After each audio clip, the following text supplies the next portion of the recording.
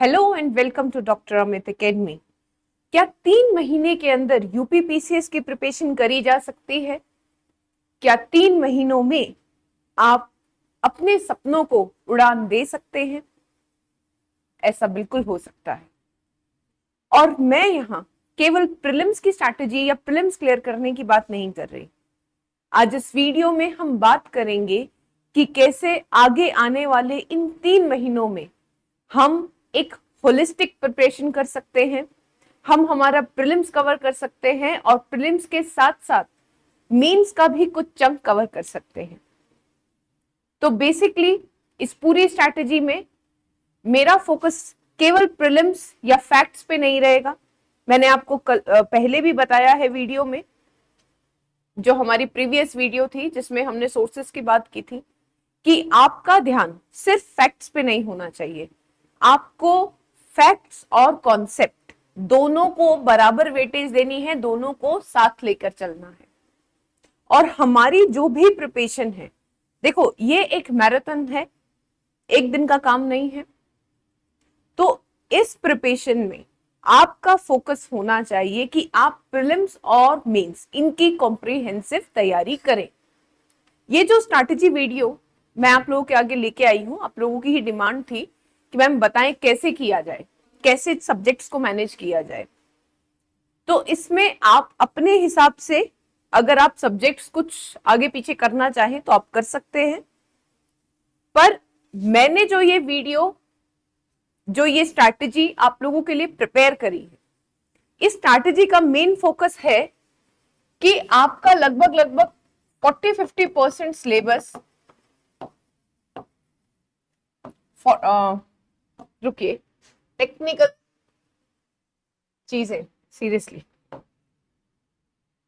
तो आपका जो ये आपकी स्ट्रैटेजी है, इसका ऑब्जेक्टिव क्या है कि 6 दिसंबर से पहले कम से कम 40-50% चीजें आपकी मेंस की कवर हो जाए और आपका प्रीलिम्स कंप्लीट हो जाए। आप प्रीलिम 100% कवर कर सको, प्रीलिम्स का पूरा फैक्चुअल पोर्शन आपका कवर हो जाए। इसके साथ ही मेंस के और प्रीलिम्स के जो पेपर्स एक जैसे हैं, उनकी एक कंप्रीहेंसिव अंडरस्टैंडिंग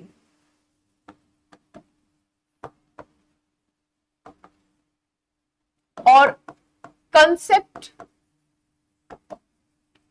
बिल्डिंग वाला काम आप लोगों का हो जाए। ठीक है, तो शुरू करते हैं। मैं आपको पहले एक ओवरव्यू दे देती हूं कि मान लीजिए अभी जुलाई का लास्ट वीक चल रहा है, तो पहला फेज आपका लेट जुलाई टू अगस्त, लगभग 5 हफ्ते का लेके चलते हैं। तो यहां हम प्रीलिम्स और मेंस दोनों को ध्यान में रखेंगे। तो आप इसमें मेंस में देखो, मेंस में जो मैंने आप लोगों की चीजें ली हैं, जो मुझे लगता है कि आपको प्रीलिम्स से पहले कुछ एक आधे ऐसे सब्जेक्ट हैं जो जैसे मेन स्पेसिफिक है, वो आपको कर लेने चाहिए। कुछ ऐसे हैं जो प्रीलिम्स के साथ, सिलेबस के साथ, कुछ क्या मैक्सिमम तो हैं जो ओवरलैप करते हैं, पर कुछ जो अलग है वो हमें कर लेने चाहिए। फिर ताकि जो बचेगा मेंस के लिए वो सिर्फ लैंग्वेज पेपर बचेगा। वो जब आपका प्रीलिम्स हो जाएगा, अगर आप तरीके से पढ़ोगे तो वो तब भी हो सकता है। और अगर किसी को ये है कि भाई उनका हिंदी इंग्लिश का लैंग्वेज का बहुत वीक है और आप लोग चाहे तो डेली का आधा घंटा निकाल सकते हो, आधे घंटे में हिंदी का स्पेसिफिकली आप ग्रामर प्रैक्टिस कर लो और कोई ना कोई हिंदी के न्यूज़पेपर से आप एडिटोरियल वाला सेक्शन पढ़ते रहो। ठीक है, तो मेंस में, लेकिन जो मैंने आप लोगों के लिए ये स्ट्रेटजी बनाई है, मुझे लगता है कि मेंस में जरूरी है कि आपका एथिक्स प्रिपेयर हो जाए और आपका यूपी स्पेसिफिक प्रिपेयर हो जाए। जो यूपी के जो स्पेसिफिक पेपर्स हैं वो तैयार हो जाए और आपका एथिक्स एक सब्जेक्ट तैयार हो जाए। बाकी तो जो सब्जेक्ट्स हैं वो ओवरलैप करते हैं, चाहे हिस्ट्री हुआ, पॉलिटी हुआ, ज्योग्राफी हुआ, इकोनॉमिक्स हुआ, साइंस एंड टेक हुआ। तो वो जब आप प्रीलिम्स के लिए पढ़ोगे तो वहां मेजर चंक उनका प्रिपेयर हो जाएगा। अलग से जो आप प्रिपेयर कर सकते हो वो एथिक्स और यूपी स्पेसिफिक है। देखो, यूपी स्पेसिफिक को भी आप अलग से मत मानो, आपको प्रीलिम्स के लिए भी यूपी जीके कुछ तो करनी है। ठीक है, ये बात सही है कि जो प्रीलिम्स है उसमें यूपी जीके का ओरिएंटेशन करंट की तरफ ज्यादा रहता है, लेकिन फिर भी हम लोग को मेंस में भी यूपी करना है, तो क्यों ना थोड़ा थोड़ा थोड़ा थोड़ा आप जब प्रीलिम्स के सब्जेक्ट करें तो उसके साथ ही आप यूपी का भी कर दें। जैसे अगर आप प्रीलिम्स के लिए हिस्ट्री कर रहे हो, तो जब आपने हिस्ट्री मान लो एंशिएंट हिस्ट्री पढ़ी, तो आप यूपी की भी एंशिएंट हिस्ट्री पढ़ लीजिए, बहुत ज्यादा दोनों में फर्क नहीं रहेगा।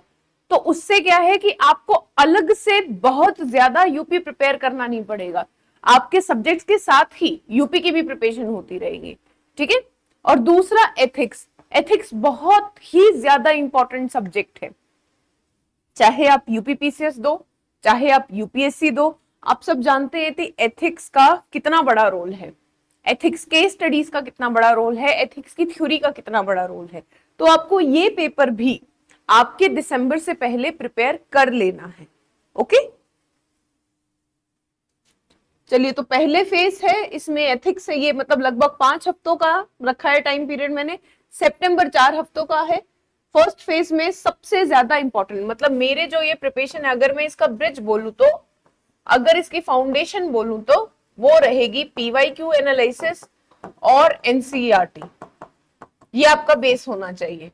तो जैसा कि मैंने आपको पिछली वीडियो में भी बताया था कि आपको सबसे पहले पीवाईक्यूज करने हैं, पीवाईक्यूज से आप सब्जेक्ट्स का ट्रेंड समझ पाओगे, ठीक है। तो पीवाईक्यू और एनसीईआरटी सबसे पहले, तो पहले फेज में हम पीवाईक्यू एनालिसिस, करंट अफेयर्स मैंने बताया था जैन टू जून 2026, पहले आप एक बार किसी ईयरली बुक से इसको कंप्लीट कर लो, ताकि आपका, क्योंकि ये सेलेक्टिवली पढ़ना आपका 6 महीने वाला काम हो जाए। इसके अलावा एनसीईआरटी और केस स्टडी। सेकंड में पॉलिटी, हिस्ट्री, ज्योग्राफी, जब हम लोगों ने वो क्लास करी थी जिसमें हमने डिस्कस किया था कि ट्रेंड एनालाइज किया था, हमने सब्जेक्ट्स को डिकोड किया था, तो हमने क्या डिकोड किया था कि सबसे ज्यादा वेटेज किसका, प्रीलिम्स में करंट अफेयर का, और उसके बाद एक ही मतलब कहते हैं ना पैरामीटर पे किसे रखा गया था, पॉलिटी, हिस्ट्री, ज्योग्राफी, तीनों का बराबर वेटेज। तो उस हिसाब से हम पहले पॉलिटी, हिस्ट्री और ज्योग्राफी उठाएंगे। देन नेक्स्ट क्या था उस पायदान पे, इकोनॉमी, साइंस और एनवायरमेंट, एंड आफ्टर दैट नवंबर में एक फुल रिवीजन साइकिल, और इसके साथ ही आपका चलता रहेगा एथिक्स और यूपी के same history, culture, polity, governance. चलिए, तो देखते हैं वीक वाइज। तो फर्स्ट फेज लेट जुलाई से अगस्त, इसमें आपको क्या करना है, आपको पीवाईक्यू करने हैं, current affairs Jan to June इस साल के आप कर लो, कोई भी ईयर बुक उठा लो और वहां से आप ये कर सकते हो, ठीक है। इसके अलावा नीचे लिखा हुआ है पर मैं यहां मेंशन कर देती हूं, एनसीईआरटी, ठीक है। लगभग ये 1 महीने का पूरा आपके पास टाइम है, 23 से भी आप इसको मान के चलो, आप कल से भी इसे फॉलो करने लगते हो, तो देखो 1 महीना तो सफिशिएंट है एनसीईआरटी करने के लिए। एनसीईआरटी का तरीका मैंने आप लोगों को पिछली क्लास में बता दिया था। एनसीईआरटी का क्या तरीका रहेगा, एनसीईआरटी की कम से कम 3 से 4 रीडिंग। देखो, ये जो प्रिपरेशन स्ट्रैटेजी है, अगर आप 0 से स्टार्ट कर रहे हो तो भी, और अगर आपने पहले मेंस लिखा है या आपने इंटरव्यू दिया है या ऑलरेडी आप प्रिपरेशन में हो, किसी और स्टेट का आप प्रिपेयर कर रहे हो, तब भी देखो सब डिपेंड करता है कि आपको टाइम कितना लग रहा है चीजों के ऊपर। अगर आप फर्स्ट टाइमर हो, आप बिल्कुल 0 से प्रिपेयर कर रहे हो, तो हो सकता है आपको थोड़ा सा और ज्यादा टाइम लगे। और अगर ऐसा है कि भाई आप 0 से प्रिपेयर नहीं कर रहे हो, आप ऑलरेडी प्रिपेयर कर रहे हो, कर चुके हो, तो आपको शायद इससे भी कम टाइम लगे। तो ये तभी कहते हैं ना, सबकी अपनी स्ट्रैटेजी होती है, सही बात है, सबकी अपनी स्ट्रैटेजी होती है। और अगर मान लीजिए कि आप लोगों का एथिक्स ऑलरेडी किसी का प्रिपेयर है, तो वो आप हिंदी इंग्लिश उठा लो मेंस का, या आप कुछ और टॉपिक उठा लो जो आपको लगता है आपका वीक है। तो इस तरीके से आप चेंजेस कर सकते हो, पर मुझे ऐसा लगता है कि सबकी अपनी टेलर मेड स्ट्रैटेजी होने के बावजूद भी एक अगर ड्राफ्टिंग हमें मिल जाए, हमें कहते हैं ना मोटे मोटे पैरामीटर समझ में आ जाए कि हमें किस तरीके से आगे बढ़ना है, तो शायद हमारे लिए चीजें थोड़ी आसान हो जाती हैं। आप लोगों का इसके बारे में क्या कहना है, इस स्ट्रैटेजी के बारे में आप लोगों के जो भी राय है, प्लीज आप लोग कमेंट सेक्शन में जरूर बताइएगा। ये सब आपके लिए ही हो रहा है, तो आप लोग प्लीज कमेंट सेक्शन में बताएं कि आप लोगों को ये स्ट्रैटेजी कैसे लगी 3 महीने में यूपीपीसीएस को कवर करने की, क्रैक करने की। तो सबसे पहले तो 8 से 10 साल के यूपीपीसीएस के प्रीलिम्स के पेपर आपको सॉल्व करने हैं, GS1 एंड सीसैट, ये मस्ट है। पीवाईक्यू मस्ट है, और मैं फिर रिपीट कर रही हूं कि ये मस्ट है, ये आपको करना ही होगा। देन हर क्वेश्चन को, अब इसका तरीका क्या रहेगा, देखो आपने पॉलिटी के करे, इकोनॉमिक्स के करे, और इसको लेके एक डिटेल्ड सीरीज आपको हमारे चैनल पे मिलेगी। और आप सब लोग जो भी ये वीडियो देखो, ठीक है, आप लोगों से मेरी रिक्वेस्ट है कि पीवाईक्यू की सीरीज को आप लोग मिस मत करना, क्योंकि पीवाईक्यूज जब आप देखोगे ना तो आपको समझ में आएगा कि सब्जेक्ट में भी मेजर फोकस किस एरिया पे करना है, कहां से ज्यादा क्वेश्चन पूछे जा रहे हैं। ओके, तो polity, economics, science, current affair, इस तरीके से ना आप क्वेश्चंस को टैग कर सकते हो, सेग्रीगेट कर सकते हो, ताकि आपको समझ में आए कहां से क्वेश्चन पूछे जा रहे हैं और यूपी स्पेसिफिक का वेटेज कितना है, आप खुद से चीजें समझ पाओ। उसके अलावा एथिक्स का थ्योरी वाला पोर्शन आप शुरू कर सकते हो, ठीक है। मंथली कंपाइलेशंस, सेकंड 1 to 14 अगस्त में मंथली कंपाइलेशंस आप कर सकते हो, जैन टू जून की, और उसके बाद उनके आप क्रिस्प नोट्स बना सकते हो, सिलेक्टिवली उन्हें पढ़ सकते हो और अपने नोट्स बना सकते हो। और एनसीईआरटी, जैसे पहले हफ्ते में तो आप देखो पीवाईक्यू एनालाइज करो, एथिक्स का सिलेबस देखो, उसको एनालाइज करो इसके, क्योंकि ये सब चीजें हम करने वाले हैं, तो पहला हफ्ता आप रख रहे हो एनालाइज करने के लिए। भाई आप लोगों के अगर एकदम फर्स्ट टाइम रहे हो प्रिपरेशन में, तो एनसीईआरटी टेक्स्ट बुक वो अपनी अरेंज करो, थोड़ा सा उसका सिलेबस देखो। और एक चीज जो बहुत बहुत इंपॉर्टेंट है, इस पूरे अगस्त के टाइम पीरियड पे, अगस्त और सितंबर, 3 मिनट्स 30 माफ कीजिएगा 30 मिनट्स ऑफ मैपिंग, ये आपको करना है, 100% करना है, ठीक है। तो आप नेक्स्ट वीक में अपने मंथली कंपाइलेशंस को देख सकते हो और एनसीईआरटी कर सकते हो। देन 15 अगस्त के बाद क्या कर सकते हो, आप यूपी की ईयर बुक, मैंने आपको बताई थी, जो हम लोगों ने सोर्स करे थे, यूपी ईयर बुक जो उत्तर प्रदेश गवर्नमेंट की है, आप उससे सेलेक्टिवली बजट की हाइलाइट्स जो हैं इस साल के बजट की, फ्लैगशिप स्कीम्स हैं, डिपार्टमेंट्स की अचीवमेंट है, उनको कर सकते हो। इनके कुछ नैरेटिव्स होंगे, कुछ आपको लगेगा कि इंपॉर्टेंट नहीं है, उसको छोड़ देना। ओके, आप बेसिकली स्कीम्स किस किस डिपार्टमेंट की क्या है, कब वो शुरू हुई हैं और उनके ऑब्जेक्टिव क्या है, या कोई एक आधा ऐसा होता है ना कि कुछ स्कीम में कहीं से कुछ शुरू किया हो या किसी जगह का नाम है, इस तरीके की इंफॉर्मेशन को आप हाईलाइट करते चलेंगे। यूपी का बजट और सर्वे की हाइलाइट्स प्रीलिम्स बेसिस पे आप कंप्लीट कर सकते हो। यूपी का जो इस साल का बजट है हमारा 2026-27 का, और सर्वे 2025-26 का, ये आप कर लीजिएगा। ये सिर्फ प्रीलिम्स स्पेसिफिक करना है इस चीज को, क्योंकि जैसा मैंने आप लोगों को बताया था कि फिर उसके बाद मेंस के लिए हो सकता है हमें नया बजट और नया सर्वे करना पड़े। वैसे एक बात ये भी है कि बहुत ज्यादा चीजें बदलती नहीं है सर्वे में, तो अगर आप इस साल का सर्वे डिटेल्ड तरीके से पढ़ लेंगे तो अगले साल का सर्वे आपको पढ़ने में ज्यादा दिक्कत नहीं आएगी। बाकी it completely depends, it's your choice, जैसे आप इसको पढ़ना चाहें। तो आप जैन और जून का करंट अफेयर नोट्स को कंसोलिडेट कर सकते हो, और आप ईयर बुक की भी हेल्प ले सकते हो for a single revision sheet. और फर्स्ट रीडिंग आपकी एनसीईआरटी हो जानी चाहिए, ठीक है, 31 अगस्त तक। तो क्या चीज, एक तो मैंडेटरी रहेगा 30 minute practice of geography map, इसको याद रखिए, इसको दिमाग में एकदम कहते हैं ना छपा लीजिए। इससे बाहर ये जो चीज है, आपको अगर आपने कर ली तो इसके बाहर आपको नहीं जाना है। आप इससे अगर आप इतना कर लो तो कोई भी आपको नहीं रोक सकता आपका प्रीलिम्स निकलने में, कम से कम। और मेंस के लिए भी आप मेंस रेडी हो जाएंगे, आप में कॉन्फिडेंस आ जाएगा, ठीक है। तो बहुत आराम से चीजें हो जाएंगी, कोई भी ऐसी दिक्कत नहीं। अगर आपको लगता है कि अरे मैं बहुत लेट हो गया हूं, इसके लिए तो 2 साल चाहिए, 4 साल चाहिए, ऐसा कुछ नहीं है। अगर आप प्लान और स्ट्रेटेजाइज सोर्सेज के साथ प्रिपरेशन करते हो, अगर आपके पास सही गाइडेंस है, तो आप बहुत इजीली इस एग्जाम को क्रैक कर सकते हो। Target by month and PYQ आपके हो जाएंगे, जैन से जून का करंट अफेयर हो जाएगा, एनसीईआरटी कंप्लीट हो जाएंगी, और रोज का ज्योग्राफी मैपिंग करने में मुझे लगता है कि 40-50% आपका मैपिंग वाला पोर्शन भी हो जाएगा। देन सितंबर में आप सब्जेक्ट्स उठाएं, पॉलिटी, हिस्ट्री और ज्योग्राफी, ठीक है। पॉलिटी के लिए देखो क्लास 11th की इंडियन कॉन्स्टिट्यूशन नेटवर्क, पहले इसको पढ़ेंगे। पढ़ने का तरीका ऑलरेडी मैंने बता दिया है। आपने एक रीडिंग एनसीईआरटी की वहां ले ली है, अब 2 रीडिंग यहाँ पर और ले लो, ठीक है। एक रीडिंग तो पूरी एनसीईआरटी की, उसमें पॉलिटी, हिस्ट्री, ज्योग्राफी सब किया। अब आप एनसीईआरटी को सब्जेक्ट वाइज फिर से पढ़ो, ठीक है। तो NCERT class 11th Indian constitution network और लक्ष्मीकांत से आप पहले तो फिलोसफी ऑफ इंडियन कॉन्स्टिट्यूशन, जिसमें preamble, DPSP, fundamental right, fundamental duty ये आती है, इसको अच्छे से पढ़ो। और उसके बाद constitutional framework, union, state, executive, ठीक है।